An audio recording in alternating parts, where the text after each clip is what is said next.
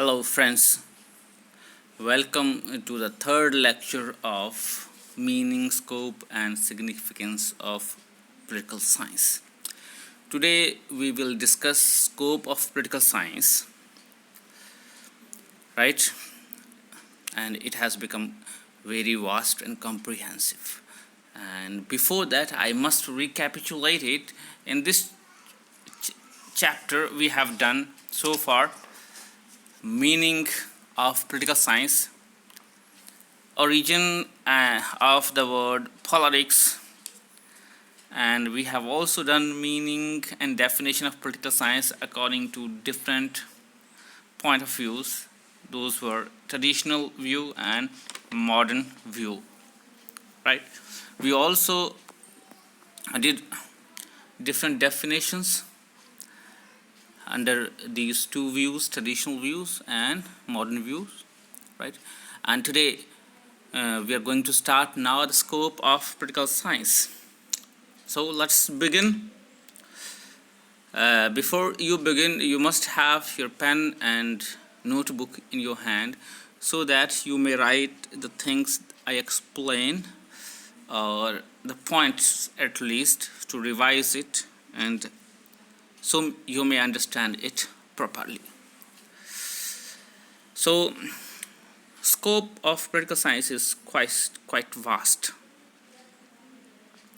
as we studied two viewpoints, traditional and modern. Traditional viewpoint included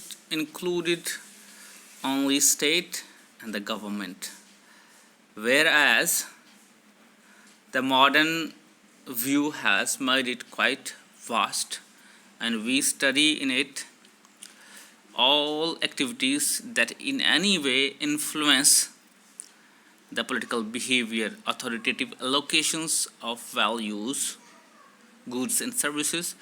So in it we include all formal organizations as well as informal organizations, right?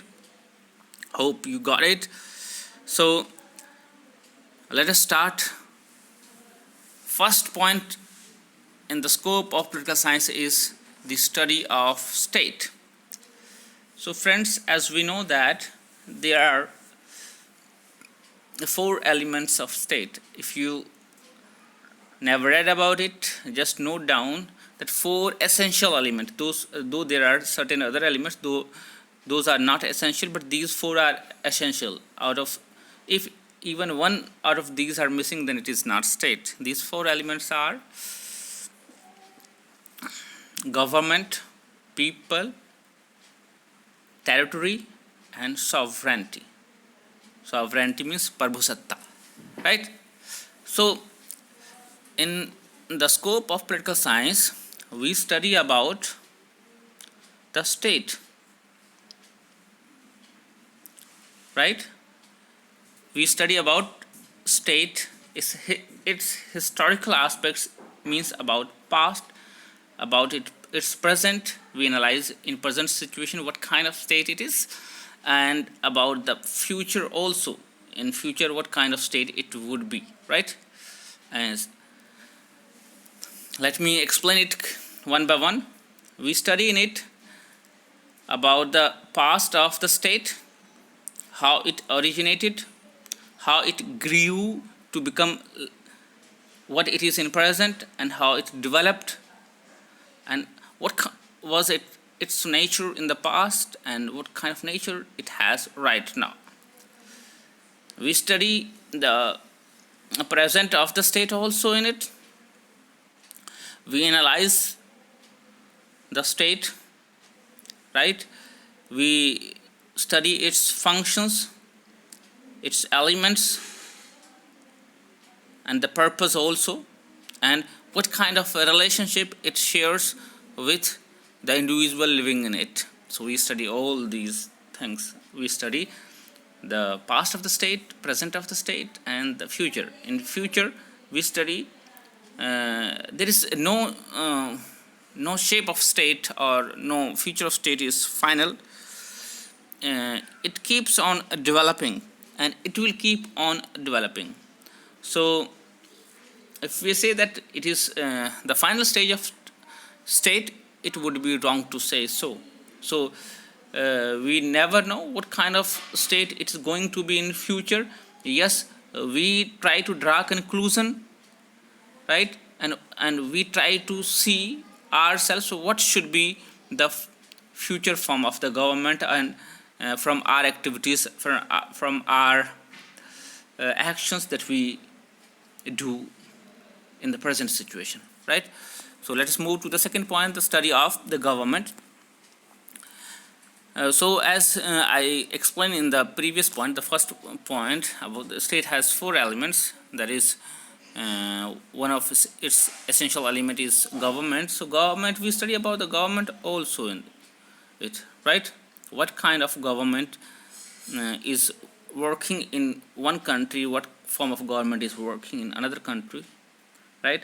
So to govern the relationship between individual, governments are formed by the people in democratic countries, and we study those form of the governments. There are various form of the government: democratic government, monarchical government, autocratic government, dictatorial government, and there are also various forms like presidential form of government, parliamentary form of government, federal form of government, unity form of government.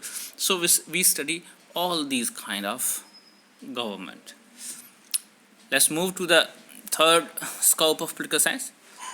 Here I would like to explain that scope means Khetar. Khetar means the subject matter. Subject matter means whatever is included, whatever comes in the subject. So scope is that we study in political science. Everything it will include wherever the political relation is involved. National, international, parties, pressure groups, organizations, everything we study here. So third point is study of individual behavior. Individual behavior means we all are the member of society, right? And living in a society, we protect our interest. And protecting our interest, what we do? We protect our interest, and that activity comes in political activity. And for protecting our interest, we form associations, and we contest elections, we form governments, we run administration, everything. So without studying the behavior of the individual, it would be no useful, because state doesn't operate in isolation, right? It operates through its people, right? So study of the behavior is very important point, study of the behavior of the people. The fourth point is study of international relations. We have certain international relations with other countries. As a man, as a social being, we live in society, we deal with our neighbors, we in the society with other people. So states are international individual in international arena, and they deal with other states. So how they deal with other states, that falls in international relations category. It is part of a scope of political science, and we study in it, right? Then we study international organizations too. There are certain international organizations through which we express ourselves, and we try to bring the world in order. And those international organizations are United Nations, UNESCO, International Labour Organizations, Health Organizations, World Bank, World Trade Organizations, World Food Organization, WHO, World Health Organization, right? International Monetary Fund, G7, G8, G77, European Union. So these kind of international organizations we study. Next point is study of political ideologies. We study certain political ideologies also, and those particular ideologies are basically given by certain thinkers throughout the history, right? In the old time we see that there were certain thinkers like Socrates, Plato, Aristotle. They gave their views. In the modern time we see the thinkers like Hobbes, Locke, Rousseau. Even further in contemporary time there are certain various leaders and thinkers, and yeah, we cannot forget Marxist thinkers also, Karl Marx, Engels, uh, right? So they give their